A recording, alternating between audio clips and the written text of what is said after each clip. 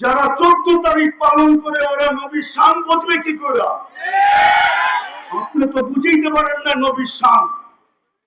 আমার যুবক তো 14 তারিখ উদযাপন করে, বাংলাদেশে এরকম উদযাপন করে আমি তো 14 তারিখ আমেরিকাতে দেখছি। ওরা তো শুধু ফুল দেয় না, হোটেলে নিয়ে খাওয়ায়, বাড়ির জন্য পার্সেল দেয়, পারে না কলিজাটা বাইর করে বুনা করে প্যাকেটে দিয়া দিতে, তারপরে বলতে যে তুই আমাকে যায়া লেখা পাঠাইস। আমি তো বাঁচবো না, কেননা কলিজা তো দিয়া দিছি, আমি তো মরা যাব। কিন্তু বন্ধুরা কমসে কম ফেসবুকে দেখবে তুই একটু লেখা পাঠাইস, আই ডট ডট ইউ। জিজ্ঞেস করেন না, শুধু ফুল দেয়, ফুলও দেয়, হোটেলেও খাওয়ায়, পার্সেলও দেয়, কলিজা পর্যন্ত বুনা করে দিতে চায়। পারে না খালি সামাজিকতার কারণে, নাইলে প্রতিদিন বাংলাদেশ প্রশাসন শুধু ওদেরকে সামলাইতে পাগল হয়ে যেত। ওরা প্রত্যেক গলিতে মিছিল করতো, খেয়েছে আমার ভাই অমুকের রক্ষা নাই। 90% শেখ খাওয়া, পার্সেলও নিছে, ফুলও নিছে, খাইছে, তারপরে বাড়ি যে জুতা পাঠায় দিছে, জুতা। বাকি যেটা বাইচা গেছে ওটারে ছলনার কাছে ফালাইয়া জবা করে পাঠায় দিছে। নইলে প্রতিদিন পেপারে কেন আসে প্রেমিকের হাতে প্রেমিকার জান গেল, প্রেমিকার হাতে প্রেমিকের জান গেল, প্রেমিকের হাতে প্রেমিকার জান গেল, প্রেমিকার হাতে প্রেমিকের জান গেল, এই কথা পেপারে প্রতিদিন কেন আসবে? হ্যাঁ, কেন আসবে? বিদায় আজকে প্রয়োজনীয়তা বোঝা দরকার। যুবক, পায়ে হাত দিয়া বলি, এই মজমার পায়ে হাত দিয়া কসম খোদা, একটা আয়াত দিয়ে শেষ করতেছি। রোজায় 18 উপর একটা আয়াত লেখা আছে, ওয়ালাউ আন্নাহুম ইযযালামু আনফুসাহুম। আপনার উম্মত যখনই গুনাহ করবে, আর যখনই গুনার পরে কোন পর্বে লজ্জিত হবে, সুম্মা জাউকা, আর আপনার কাছে আসবে, আস্তাগফিরুল্লাহ, আমার কাছে মাপ চাবে। বন্ধু, আমি ওর দিকে তাকাবো না, গুনাহ কি করলো এটার দিকে তাকাবো না। কোরআন আমাকে বলে ওয়াস্তাগফারা লাহুর রাসূল, আমি তো বন্ধু আপনার দিকে তাকাবো। আপনি যদি পক্ষে হন তো মাফ করে দেব, আর আপনি যদি পক্ষে না হন তো মাফ করব না। না না না না। বিদায় শেষ কথা, যদি এই জীবনটাকে আল্লাহর কাছে গ্রহণযোগ্যতা পর্যন্ত পৌঁছাইতে চাই, তাহলে মুহাম্মদুর রাসূলুল্লাহ ছাড়া এই জীবনটা আল্লাহর কাছে গ্রহণযোগ্যতা পর্যন্ত পৌঁছবে না। আরেকটা কথা যুক্তিসঙ্গত বলতেছি, এই মজমার কাছে কেউ যদি খতমে নবুয়তের বিরুদ্ধে বলতে চায়, কোন নবীকে প্রমাণ করতে চায় যে না মুহাম্মদুর রাসূলুল্লাহর পরেও যেই ধরনের নবীর কথাই বলুক, শত ধরনের শব্দকে চেঞ্জ করে বলবে যে উনি ডাইরেক্ট নবী না, এরকম নবী তেরকম নবী, যত ধরনের শব্দ ব্যবহার করুক, ওকে প্রথম জিজ্ঞাসা করেন যে আগে আমাকে একটা প্রমাণ দাও। ইদ আখাযাল্লাহু মিসাকান নবিয়্যিন, যখন আল্লাহ নবীদের প্রতিশ্রুতি নিয়েছিলেন, নবীদের সেমিনার করছিলেন আরশের নিচে, যেখানে শ্রোতা ছিল সমস্ত নবী, শ্রোতা ছিল সমস্ত নবী, বক্তা ছিলেন আল্লাহ, আলোচ্য বিষয় ছিল দুইটা, মুহাম্মদুর রাসূলুল্লাহর প্রতিশ্রুতি এবং শান। তো আল্লাহ বলছিলেন লাম্মা আতাইতুকুমুল কিতাব ওয়াল হিকমা, আমি যখন তোমাদেরকে কিতাব এবং হিকমত এবং নবুয়ত দিব, সুম্মা ইয়াতিকুম রাসূল, তারপরে আমার বন্ধু আসবে। যদিও রাসূল 313 জন, কিন্তু শব্দটা আল্লাহ কারো জন্য ব্যবহার হতে দেন নাই। 313 জনের ভিতরে 312 জন আসছেন বটে, কিন্তু কোথাও পাওয়া যায় না কারো ব্যাপারে শব্দে রসুলটা ব্যবহার করছেন। যেদিন বন্ধু আসছে ওই দিন বন্ধুর কলেমার ভিতরে এটাকে ফিট করছেন। এই জন্য কিতাবে পাওয়া যায় ইব্রাহিম আলাইহিস সালাম রসুল বটে, কিন্তু লা ইলাহা ইল্লাল্লাহ ইব্রাহিম ও খলিলুল্লাহ। মুসা আলাইহিস সালাম রাসূল বটে, কিন্তু লা ইলাহা ইল্লাল্লাহ মুসা কালিমুল্লাহ। ঈসা আলাইহিস সালাম রাসূল বটে, কিন্তু কালেমা লা ইলাহা ইল্লাল্লাহ প্রথমটাকে ঠিক রাখছেন, পরেরটা চেঞ্জ করছেন ঈসা রুহুল্লাহ। কিন্তু যখন বন্ধু আসছেন তো প্রথমটা ঠিক লা ইলাহা ইল্লাল্লাহ, পরেরটা হলো মুহাম্মাদুর রাসূলুল্লাহ।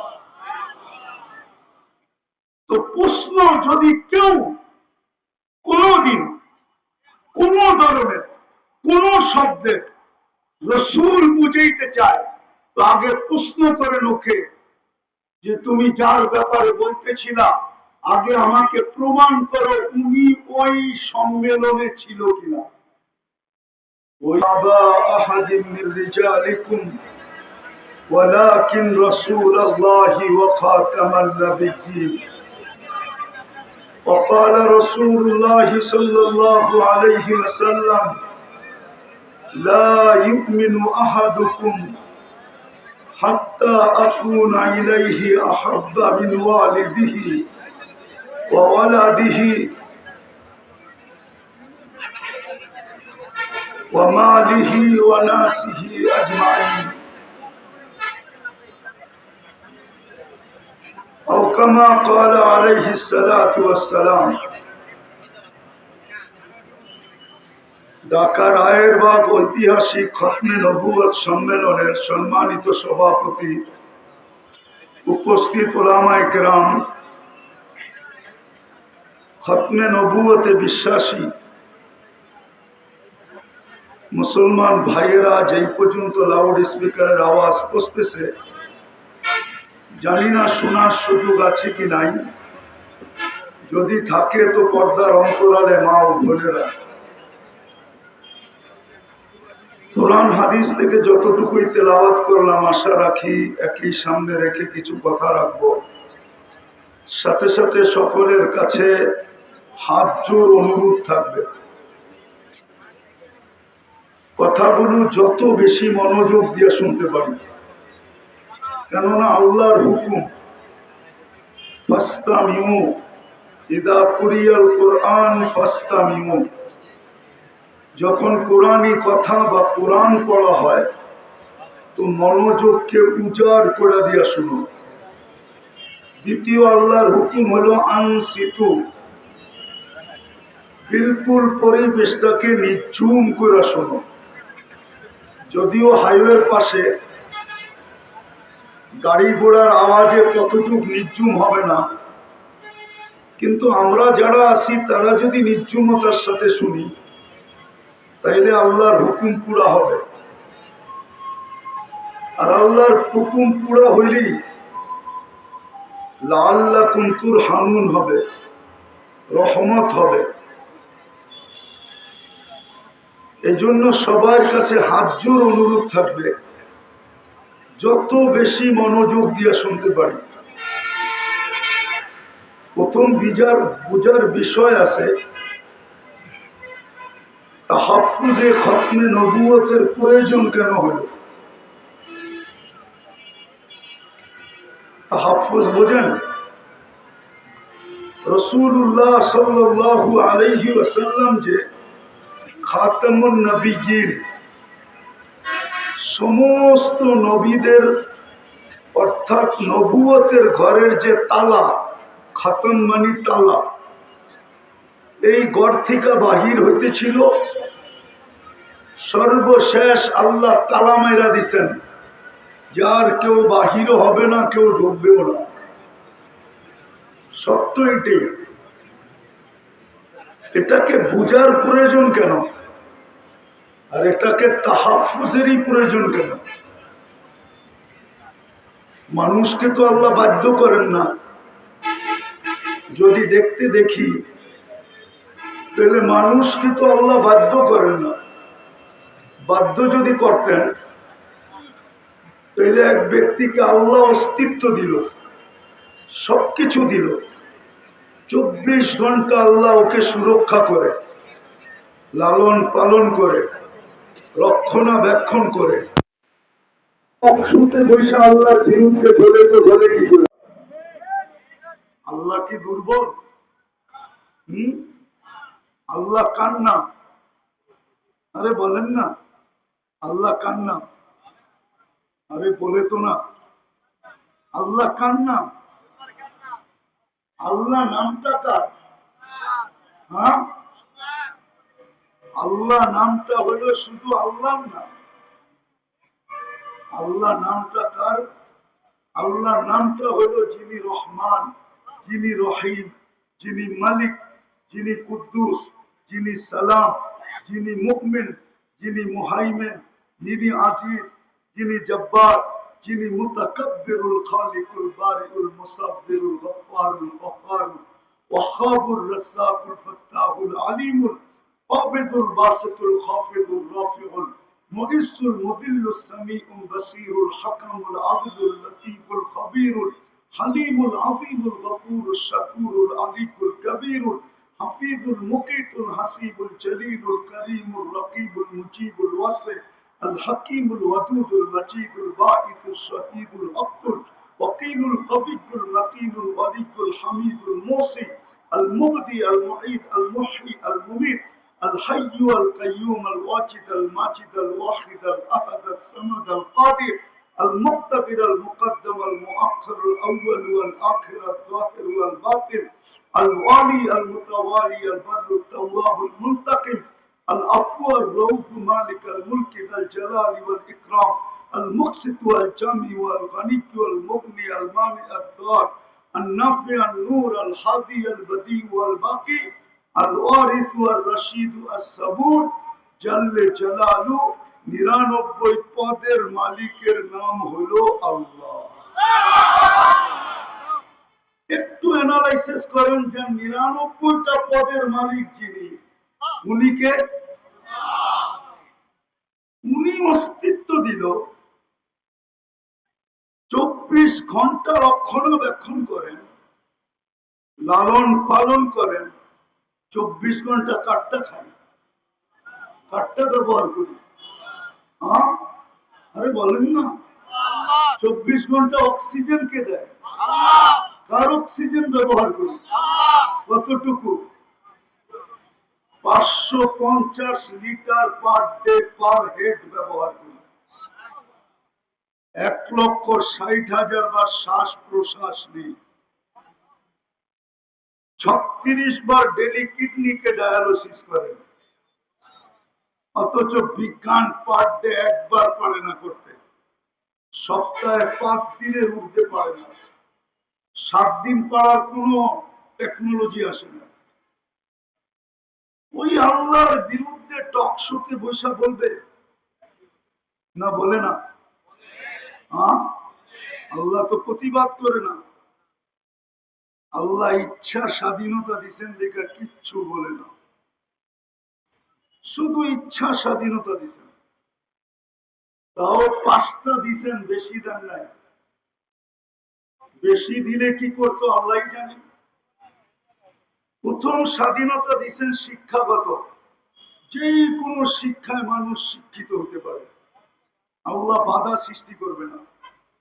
দ্বিতীয় পেশাগত, তৃতীয় মত আদর্শগত, নাইলে অস্তিত্ব দিবে আল্লাহ, আর ও টকশোতে বসে বলবে গড ইজ নাথিং, নাউজুবিল্লাহ, আল্লাহ বলতে কিছু নাই। এটা কোনোদিন সম্ভব হতো না। চতুর্থ স্বাধীনতা দিচ্ছেন, সমর্থ থাকলে দুনিয়ার যে কোথাও বাস করা যায়, শুধু সমর্থ থাকতে হবে। সমর্থ বোঝেন? সমর্থ কি? ঢাকায় বাসায় বলে পাত্তি, পাত্তি। পাত্তি থাকলে দুনিয়ার যে কোথাও বাস করা যায়।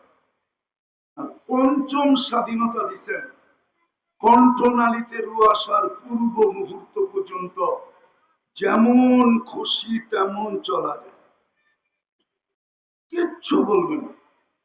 হ্যাঁ, দুটা শব্দ বলবে, না বিরুন কাইফা তা'মালুন, এটা হাদিসের শব্দ। শুধু দেখতে থাকবো তুমি করো কি। আর কোরআনের শব্দ হলো ফান্তাবিরু ইন্নী মাআকুম মিনাল মুনতাবিরিন, অপেক্ষা করো, আমিও অপেক্ষায় আছি। তুমি সীমা রেখায় পা দিতে দেরি, তোমাকে ছো মারতে দেরি করবো না। সীমা রেখায় বোঝেন তো? যেটা বুঝাইতেছিলাম, তাহাফুজে খতমে নবুয়তের প্রয়োজন কেন, আর এটা কিভাবে হওয়া উচিত ছিল। কিন্তু আমার সমাজ তো চিৎকারে বিশ্বাসী, চিৎকারে বিশ্বাসী আমার সমাজ, শুধু চিৎকারে। আমি জানি আমার পূর্বে যারা করে গেছেন ওনাদের পরে আমার বয়ান খাওয়ার মতো না, কেন আমি ঠান্ডা মানুষ তো, আমি তো চিৎকার দিতে জানি না। এর আগে আপনারা খুব চিৎকার দিছেন, গরম ছিল সুরা মাঠ, ঠিক না? আমি গরমে বিশ্বাসী না, আমি ঠান্ডায় বিশ্বাসী। কোল্ড ম্যান, আমি ঠান্ডা মানুষ। দুটা জিনিস বুঝাবো যে খতমে নবুয়তের পরে তাহাফুজে খতমে নবুয়তের দরকারটা কি, কি দরকার, কেন তাহাফুজে খতমে নবুয়তের প্রয়োজন। কেননা আমরা যা কিছু পাইছি, এই উম্মত যা কিছু পাইছে, যত বৈশিষ্ট্য এই উম্মতের আছে, কোরআন বলেন হাদিস বলেন, সমস্ত বৈশিষ্ট্য যার কারণে পাইছি উনি হইলেন মুহাম্মাদুর মুহাম্মাদুর পুরা বলেন মুহাম্মাদুর, বললে 120 নেকি পাওয়া যাবে। খতমে নবুয়তে তো চলে আসছি, ঠিক না? খতমে নবুয়তে এইখানে আমাকে একজন বলো যে আজকে শুক্রবারে 500 বার দুরূদ পড়ছে। একজন তোলারও হাত উঠে বলুন, একজন দেখা যাবে 500 বার দুরূদ পড়ছে, 500 বার। অথচ হুকুম ছিল শুক্রবার পুরা আমাকে দিয়া দাও। যান, যাত্রাবাড়ি মাদ্রাসা বেশি দূরে না, বড় কাছে, একটু পিছিয়ে গেলেই মাদ্রাসার দেওয়ালে ধাক্কা লাগবে। ওইখানে হাদিস জিজ্ঞাসা করেন, ভুল বলতেছি না সঠিক বলতেছি? আল্লাহ রসুল বলছিল শুক্রবারে আমার উপরে বেশি বেশি দুরূদ পড়ো, তোমাদের আমল নামা শুক্রবারে আমার সামনে পেশ হবে, আমি যেন দুরূদের সংখ্যাটা সবচেয়ে বেশি দেখি। কিন্তু একজনও 500 বার দুরূদ পড়ে না, 1000 তো দূরের কথা। অথচ 24 ঘন্টা ছিল, পার ঘন্টায় যদি 100 বার পড়তো তাহলে 24 ঘন্টায় 2400 বার পড়া উচিত ছিল। তাইলে খতমে নবুয়ত নিয়ে খেলবে না তো খেলবে কি নিয়ে বলেন? যখন দেখতেছে আপনি দুরূদ পড়েন না, তো ভাবতেছে এটা এমন প্রয়োজনীয় জিনিস না। যদি প্রয়োজনীয় হতো, যেটা প্রয়োজনীয় হয়, মানুষ তো লিবিয়ার থেকে সমুদ্র পথে ইউরোপে যাওয়ার জন্য 20 থেকে 30 লক্ষ টাকা দিয়া জানের বাজি পর্যন্ত নেয়। ও জানে no risk no game, risk না নিলে আমি গেম করতে পারবো না। কতজনের তো কবর হয়ে গেল। আমেরিকাতে তো কতজনকে দেখলাম আমি, 2019-এর কাহিনী শোনাইতেছি, দেখি দিলে লাগে কিনা। আমি লস এঞ্জেলিসে ছিলাম, সকালবেলা নাস্তার দস্তরখানে বসছি, তো দুটা ছেলে চুল এলোমেলো, কাপড়গুলা ময়লা, জীর্ণ শীর্ণ। আমি বলতেছিলাম, বাবা তোমাদের রূপ রাখায় তো বলে না তোমরা আমেরিকাতে বসে আসো, আমেরিকার মানুষ তো অন্যরকম হবে, পোশাক আশাক, চুল টুল, চেহারা টেহারা। তো বলতেছে হুজুর গতকাল বিকাল বেলা জেলের থেকে আসছি, আমাদের আপনজন বলতে কেউ নাই, খুঁজতে খুঁজতে তাবলীগের মার্কাজে চলে আসছি। ভাবছি যদি এখানে আশ্রয় পাই, একটা দুটা দিন থাকতে পারি, তাইলে কোনো ব্যবস্থা হয়ে যাবে, এই জন্য চলে আসছি। আমি বললাম তোমরা জেলখানায় গেলে কেন? তো বলতেছিল আমরা মেক্সিকো দিয়ে ঢুকতেছিলাম, পুলিশের হাতে পড়ে গেছি, জেলখানায় নিয়ে গেছে, 3 মাস পরে বাহির হয়ে আসলাম। আচ্ছা, কত টাকা দিয়ে মেক্সিকো পর্যন্ত আসলে তুমি? বললো বাংলাদেশ থেকে পার হেড 25 লক্ষ টাকা দিয়ে আসছে। জিজ্ঞাসা করলাম তোমরা দুইজনই ছিলে? বললো না, আমরা টিম ছিলাম। টিমের ভিতরে বাংলাদেশি কয়জন ছিল? বললো আমরা 3জন ছিলাম। জিজ্ঞাসা করলাম আরেকজন কোথায়? তো দুইজনের চোখ দিয়া পানি পড়তেছিল। আমি জিজ্ঞাসা করলাম কাঁদো কেন? তো বলছে হুজুর 2-3 মাস একসাথে ছিলাম, ভালোবাসা তো হওয়ারই কথা, মেক্সিকোর জঙ্গলে ও 3য় জন হারায় গেছে, জানি না তার পরিণতি কি হয়েছে।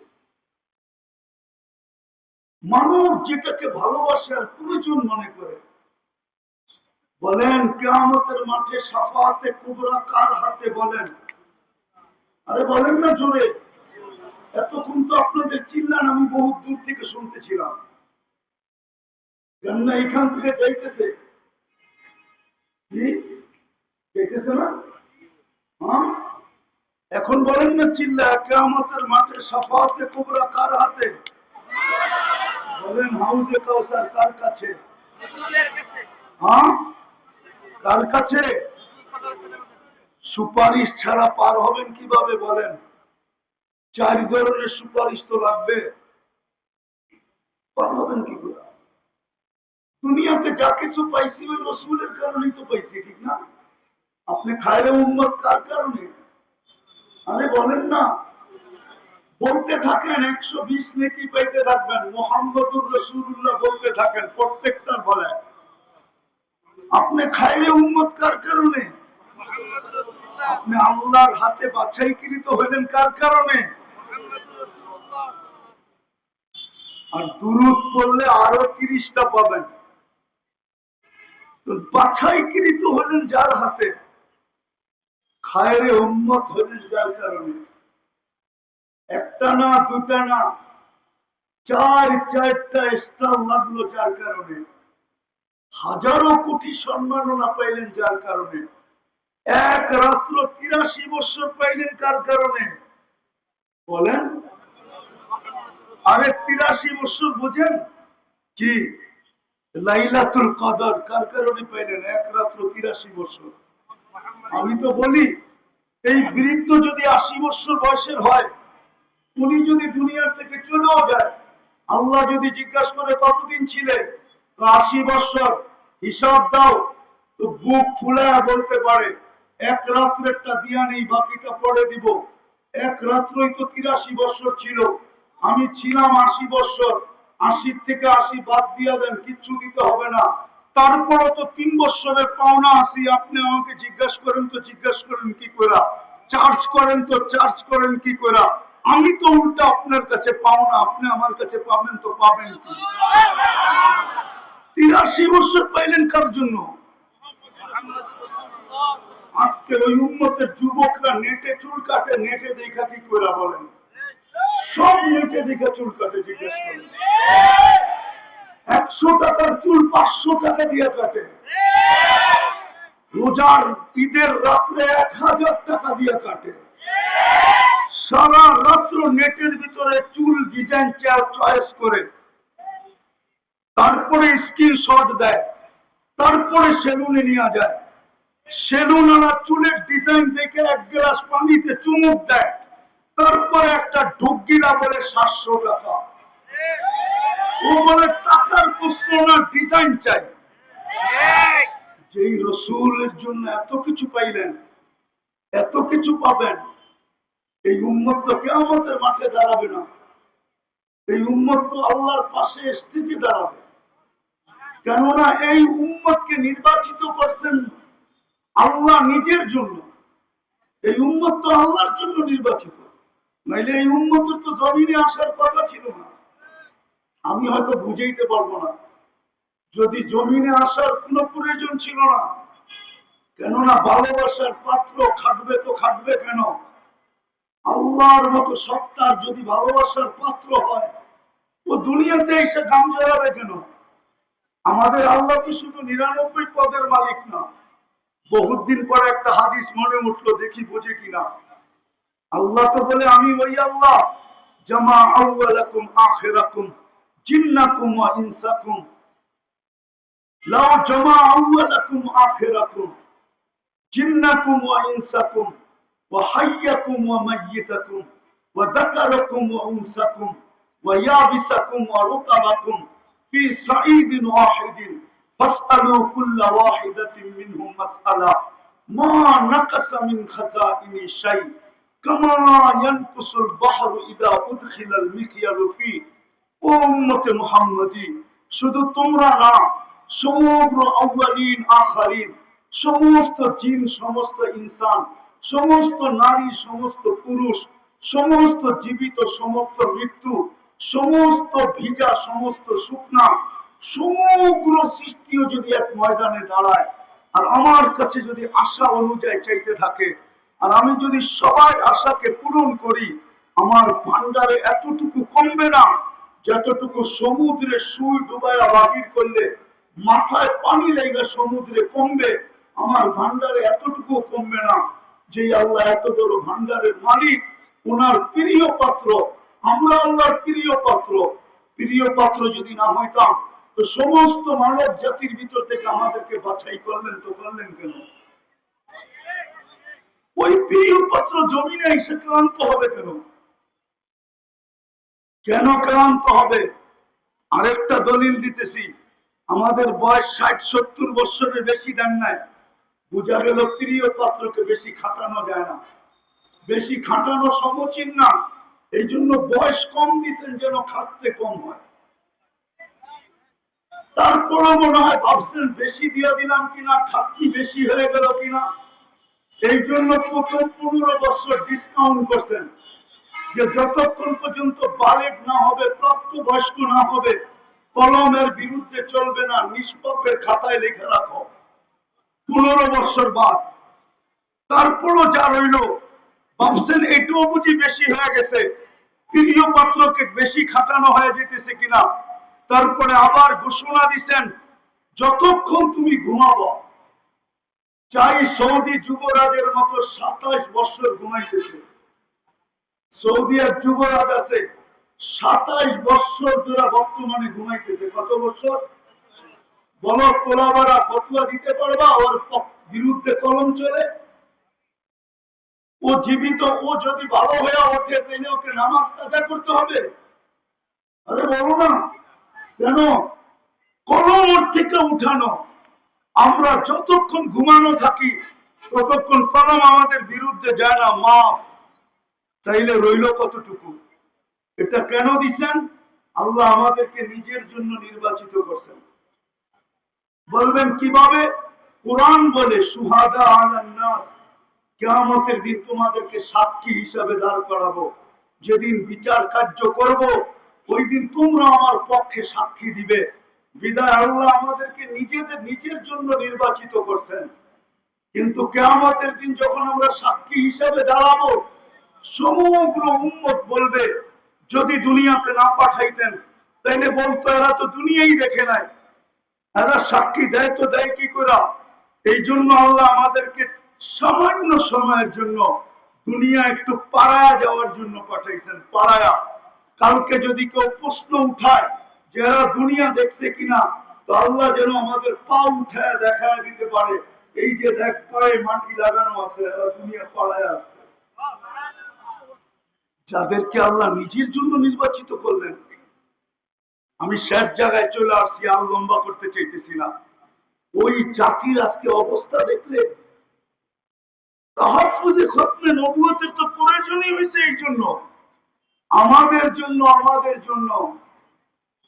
যদি আমরা নবীর আদর্শকে মানতাম, আর নবীর শান যদি জানতাম, আর নবীর প্রয়োজনীয়তা যদি আমরা জানতাম, আর যদি আমাদের ভিতরে প্রচার থাকতো, প্রসার থাকতো, একটা শুধু হইতেছে খতমে নবুয়ত। কিন্তু ঢাকা শহরে কয়টা হয় শানের রিসালাত? বলো, আরে তোলা বড় বানো না। বাংলাদেশে কয়টা শানের রিসালাত হয়? সবই তো ওয়াজ মাহফিল আর তাফসীর মাহফিল। জাতি তো শানের রিসালাত জানি না, নবীর শান জানে না, নবীর সিরাত জানে না, নবীর ক্যারিয়ার জানে না, নবীর আদর্শ জানে না, নবীর প্রয়োজনীয়তা জানে না, নবীর কারণে কি পাইলাম এটা জানে না। নবীর কারণে কি পাবো এটা জানে না, নবীর প্রয়োজন কতটুকু রাখি এটাও জানে না, জাতি তো নবী সম্বন্ধে কিচ্ছুই জানে না। তাইলে প্রয়োজন হবে না তো আগাছা জন্মাবে না তো জন্মাবে না কেন? আপনি ভাবছেন চিৎকার দিয়ে আইন নিয়ে আসবেন? যারা শুক্রবারে 500 বার দুরূদ পড়ে না ওরা চিৎকার দিয়ে কি করে আইন আনবে? বুঝান আমাকে। যারা চুল কাটে নেটে দেখা ওরা আইন আনবে কি করে? যারা 14 তারিখ পালন করে ওরা নবীর শান বুঝবে কি করে? আপনি তো বুঝাইতে পারেন না নবীর শান। আমার যুবক তো 14 তারিখ উদযাপন করে, বাংলাদেশে এরকম উদযাপন করে আমি তো 14 তারিখ আমেরিকাতে দেখছি। ওরা তো শুধু ফুল দেয় না, হোটেলে নিয়ে খাওয়ায়, বাড়ির জন্য পার্সেল দেয়, পারে না কলিজাটা বাইর করে বুনা করে প্যাকেটে দিয়া দিতে, তারপরে বলতে যে তুই আমাকে যায়া লেখা পাঠাইস। আমি তো বাঁচবো না, কেননা কলিজা তো দিয়া দিছি, আমি তো মরা যাব, কিন্তু বন্ধুরা কমসে কম ফেসবুকে দেখবে তুই একটু লেখা পাঠাইস আই ডট ডট ইউ। জিজ্ঞেস করেন না, শুধু ফুল দেয়, ফুলও দেয়, হোটেলেও খাওয়ায়, পার্সেলও দেয়, কলিজা পর্যন্ত বুনা করে দিতে চায়, পারে না খালি সামাজিকতার কারণে। নাইলে প্রতিদিন বাংলাদেশ প্রশাসন শুধু ওদেরকে সামলাইতে পাগল হয়ে যেত। ওরা প্রত্যেক গলিতে মিছিল করতো, খেয়েছে আমার ভাই অমুকের রক্ষা নাই। 90% শেখ খাওয়া, পার্সেলও নিছে, ফুলও নিছে, খাইছে, তারপরে বাড়ির যে জুতা পাঠায় দিছে, জুতা। বাকি যেটা বাইচা গেছে ওইটারে ছলনার কাছে ফালায়া জবা করে পাঠায় দিছে। নইলে প্রতিদিন পেপারে কেন আসে প্রেমিকের হাতে প্রেমিকার জান গেল, প্রেমিকার হাতে প্রেমিকের জান গেল, প্রেমিকের হাতে প্রেমিকার জান গেল, প্রেমিকার হাতে প্রেমিকের জান গেল, এই কথা পেপারে প্রতিদিন কেন আসবে? হ্যাঁ, কেন আসবে? বিদায় আজকে প্রয়োজনীয়তা বোঝা দরকার। যুবক, পায়ে হাত দিয়া বলি, এই মজমার পায়ে হাত দিয়া কসম খোদা, একটা আয়াত দিয়ে শেষ করতেছি। রোজায়ে 18 উপর একটা আয়াত লেখা আছে, ওয়ালাউ আন্নাহুম ইযলামু আনফুসাহুম। আপনার উম্মত যখনই গুনাহ করবে, আর যখনই গুনার পরে কোন পর্বে লজ্জিত হবে, সুম্মা জাউকা, আর আপনার কাছে আসবে, আস্তাগফিরুল্লাহ, আমার কাছে মাপ চাবে। বন্ধু, আমি ওর দিকে তাকাবো না, গুনাহ কি করলো এটার দিকে তাকাবো না। কোরআন আমাকে বলে ওয়াস্তাগফারা লাহুর রাসূল, আমি তো বন্ধু আপনার দিকে তাকাবো। আপনি যদি পক্ষে হন তো মাফ করে দেব, আর আপনি যদি পক্ষে না হন তো মাফ করব না। না না না না। বিদায় শেষ কথা, যদি এই জীবনটাকে আল্লাহর কাছে গ্রহণযোগ্যতা পর্যন্ত পৌঁছাইতে চাই, তাহলে মুহাম্মদুর রাসূলুল্লাহ ছাড়া এই জীবনটা আল্লাহর কাছে গ্রহণযোগ্যতা পর্যন্ত পৌঁছবে না। আরেকটা কথা যুক্তিসঙ্গত বলতেছি, এই মজমার কাছে কেউ যদি খতমে নবুয়তের বিরুদ্ধে বলতে চায়, কোন নবীকে প্রমাণ করতে চায় যে না মুহাম্মদুর রাসূলুল্লাহর পরেও যেই ধরনের নবীর কথাই বলুক, শত ধরনের শব্দকে চেঞ্জ করে বলবে যে উনি ডাইরেক্ট নবী না, এরকম নবী, তেরকম নবী, যত ধরনের শব্দ ব্যবহার করুক, ওকে প্রথম জিজ্ঞাসা করেন যে আগে আমাকে একটা প্রমাণ দাও।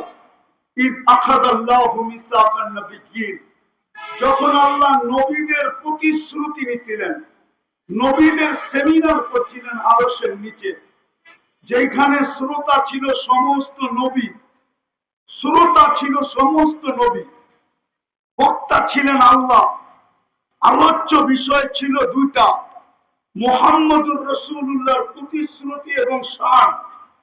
তো আল্লাহ বলছিলেন লাম্মা আতাইতুকুমুল কিতাব ওয়াল হিকমা, আমি যখন তোমাদেরকে কিতাব এবং হিকমত এবং নবুয়ত দিব, সুম্মা ইয়াতিকুম রাসূল, তারপরে আমার বন্ধু আসবে। যদিও রসুল 313 জন, কিন্তু শব্দটা আল্লাহ কারো জন্য ব্যবহার হতে দেন নাই। 313 জনের ভিতরে 312 জন আসছেন বটে, কিন্তু কোথাও পাওয়া যায় না কারো ব্যাপারে শব্দে রসুলটা ব্যবহার করছেন। যেদিন বন্ধু আসছে ওই দিন বন্ধুর কলেমার ভিতরে এটাকে ফিট করছেন। এই জন্য কিতাবে পাওয়া যায় ইব্রাহিম আলাইহিস সালাম রসুল বটে, কিন্তু লা ইলাহা ইল্লাল্লাহ ইব্রাহিম খলিলুল্লাহ। মুসা আলাইহিস সালাম রসুল বটে, কিন্তু লা ইলাহা ইল্লাল্লাহ মুসা কালিমুল্লাহ। ঈসা আলাইহিস সালাম রসুল বটে, কিন্তু কালেমা লা ইলাহা ইল্লাল্লাহ প্রথমটাকে ঠিক রাখছেন, পরেরটা চেঞ্জ করছেন ঈসা রুহুল্লাহ। কিন্তু যখন বন্ধু আসছেন তো প্রথমটা ঠিক লা ইলাহা ইল্লাল্লাহ, পরেরটা হলো মুহাম্মাদুর রাসূলুল্লাহ। তো প্রশ্ন, যদি কেউ কোনদিন কোন ধরনের কোন শব্দের রসুল বুঝাইতে চায় তো আগে প্রশ্ন করে ওকে যে তুমি যার ব্যাপারে বলতেছিলা আগে আমাকে প্রমাণ করো উনি ওই সম্মেলনে ছিল কিনা। ওই ওই ওই সম্মেলনে ছিল কিনা।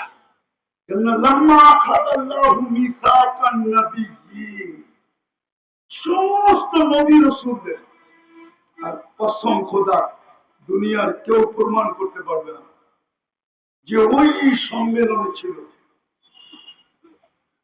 তাইলে বোঝা গেল যদি প্রমাণ না করতে পারে ও ভুয়া। ও কি ও কি একটা ভুয়া স্লোগান ছিল না, ভুয়া ভুয়া ভুয়া। তাহলে ও কি ও কি ও ভুয়া, ও 2 নম্বর, ও 22 নম্বর, ও নম্বর ছাড়া।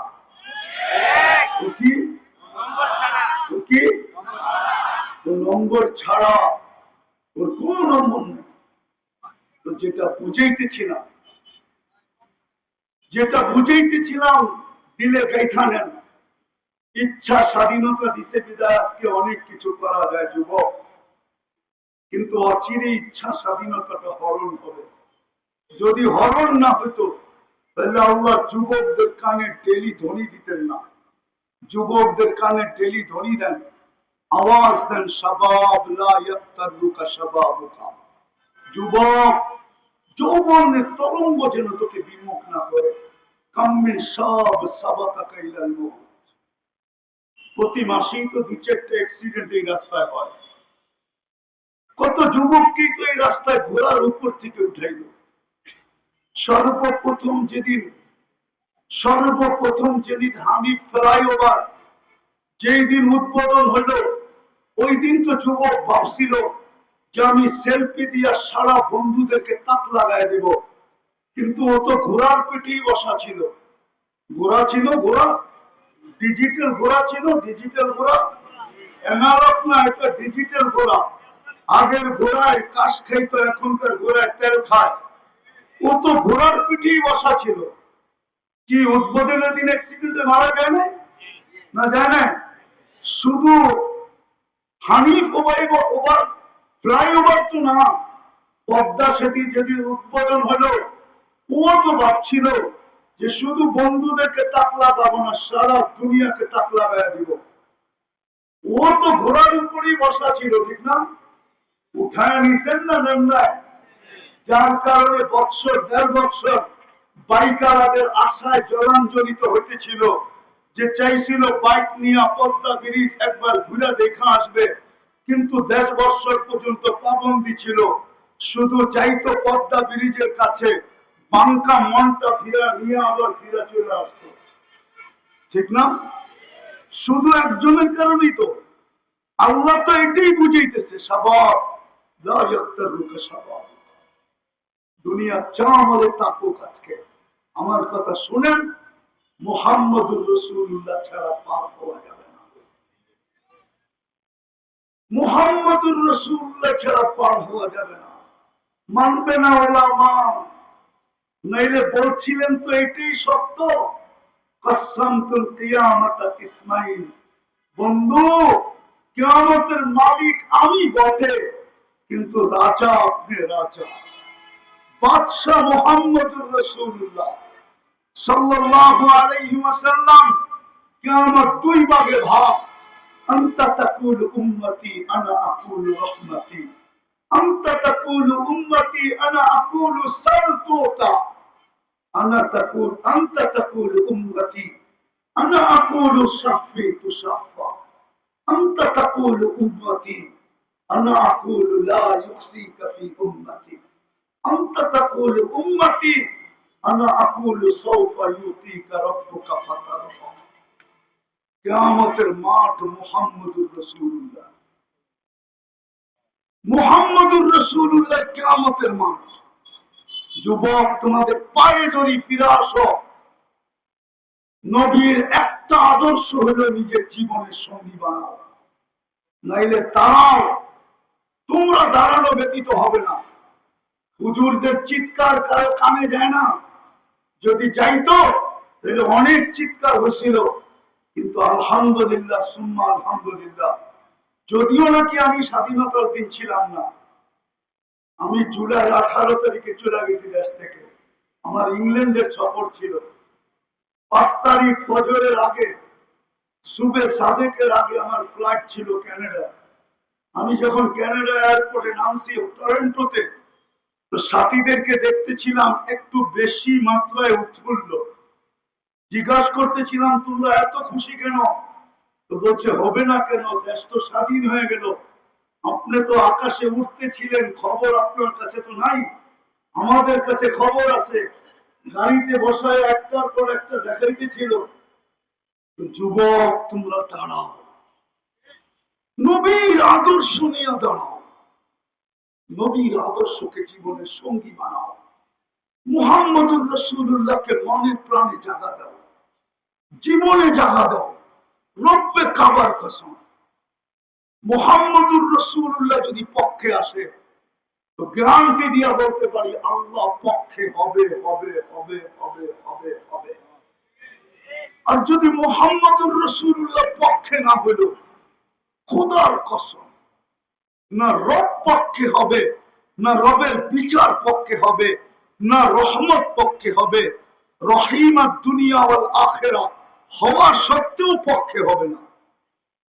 এই জন্য পায়ে হাত দিয়ে বলা অনেক হয়ে গেছে। ওলামায়ে কেরাম বলছেন, কালকেও বলবে, আমি তোমাদের পায়ে হাত দিয়ে বলবো। তুমি নবীর জীবনী রিচার্জ করো, সারা রাত্র আনলিমিটেড তোমরা চালাও, ফেসবুক চালাও, ইন্টারনেট চালাও, আনলিমিটেড চালাও ওয়াইফাই দিয়া, অথবা বন্ধুর থেকে পাসওয়ার্ড নিয়া, অথবা বন্ধুর থেকে হটস্পট নিয়া সারা রাত্র চালাও। তোমাদের পায়ে হাত দিয়া বলি, মুহাম্মদুর রাসূলুল্লাহ জীবনী অ্যানালাইসিস করো, পড়ো, শিখো, আদর্শ শিখো। দিছিলেন তো, সুযোগ তো দিছিলেন। আল্লাহ রসুল জানতেন একটা সময় এরকম আসবে, এরকম আসবে, চতুর্দিকে ফিতনা ফিতনা হবে। হুজুররা মানবে কি মানবে না জানি না। এই কাপড়টা 6 বার সুদে ডুব দিছে। কয়বার? কয়বার? না, হুজুররা মানবে না। আমি গণাইতেছি, যে তুলা চাষ করছে কৃষক, সে কৃষি লোন নিয়ে তুলা চাষ করছে, সুদ নিয়ে তুলা চাষ করতেছে, সুদ নিয়ে, কি নিয়ে? সুদ নিয়ে তুলা চাষ করছে। কি নিয়ে? কি নিয়ে? সুদ নিয়ে তুলা চাষ করছে। দ্বিতীয় যে তুলা ইম্পোর্ট করছে, সে সুদ নিয়ে করছে। যে সুতা বানাইছে, ও সুদ নিয়ে মেল তৈরি করছে। যে গেরে বানাইছে, ও সুতা নিয়ে সুদ নিয়ে গেরের ফ্যাক্টরি করছে। গেরের থেকে যে ফিনিশিং করছে, আরে ডাইং করছে, ও সুদ নিয়ে ফ্যাক্টরি করছে। ডাইং এর পরে 6 নম্বরে যে ফিনিশিং করে বাজারজাত করছে, ও পর্যন্ত সুদ নিয়ে করছে। 6 বার সুদে ডুব দিছে, 6 বার। জমানাটা বড় খতরনাক। বিদায় কনসিডারও করছিলেন, বিদায় চলে আসছে মৌলানা আমাদের চেয়ে সর্ব লাইনে বড় উঠতে। আমি ওনাদের সামনে কিচ্ছুই না, বসার একটা বয়ান লম্বা করার প্রয়োজনও মনে করি না। বিদায় পায়ে হাত দিব তোমাদের যুবক, আমি এই হুজুরদের পায়ে হাত দিব না, আমি এই যুবকদের পায়ে হাত দিব। জীবনে একটা আদর্শকে নবীর সঙ্গী বানাও। পারবা? পারবা সঙ্গী বানাইতে? পারবা? নামাও নামাও, নবীর আদর্শ শিখো, ক্যারিয়ার শিখো, লাইফ স্টাইল শিখো, নবীর আদর্শ অ্যানালাইসিস করো, পড়ো। শুধু নেটের ভিতরে সারা রাত্রে ঘুরো না, 2 মিনিট হলো নবীর জীবনী পড়ো, 2 মিনিট পড়ো নবীর জীবনী, আদর্শ পড়ো, 2 মিনিট পড়ো। তোমাদের পায়ে হাত দিয়া বলি, আমার বিশ্বাস তোমাদের দিলে যদি নবীর মহব্বত একবার ঢুকলো, তাইলে তোমরা জয় ছিনায় আনতে পারবে, এটা আমার 100-তে 100 বিশ্বাস আছে। অসম্ভবকে তোমরা সম্ভব করে দুনিয়াকে দেখাইতে পারছো। সারা দুনিয়া যেটা চায় যে কাদিয়ানি অমুসলিম ঘোষিত হোক, ওটা ওই দিন সম্ভব হবে যেদিন এই যুবকের দিলের ভিতরে মুহাম্মদুর রাসূলুল্লাহর ভালোবাসার ফোয়ারা জাগবে। যতদিন পর্যন্ত তোমাদের দিলে আল্লাহর রাসূলের ভালোবাসার ফোয়ারা জাগবে না, ঝর্ণা জাগবে না, ততদিন পর্যন্ত আমাদের চিল্লানে কিচ্ছু হবে না। আমি বিশ্বাস করি তোমাদের চিল্লানে কাজ হবে। বিদায় 1 মিনিটের জন্য পড়ো, রাজি? হ্যাঁ। সর্বশেষ সবচেয়ে বড় আদর্শ, আমি হুজুরদেরকে বলতেছি না, তোমাদেরকে বলতেছি, যা খুশি তা করো, আমার কোনো আপত্তি নেই। কেননা আল্লাহ আমাকে তোমাদের উপরে দারোগা বানায় পাঠায় নেই। লাস্তা আলাইহিম বিমুসাইতির, কিন্তু তোমাদেরকে পায়ে হাত দিয়া বলবো, নামাজ ছেড়ো। পড়বা নামাজ? ইনশাআল্লাহ। পাক্কা? আল্লাহ আমল করার তৌফিক দান করেন।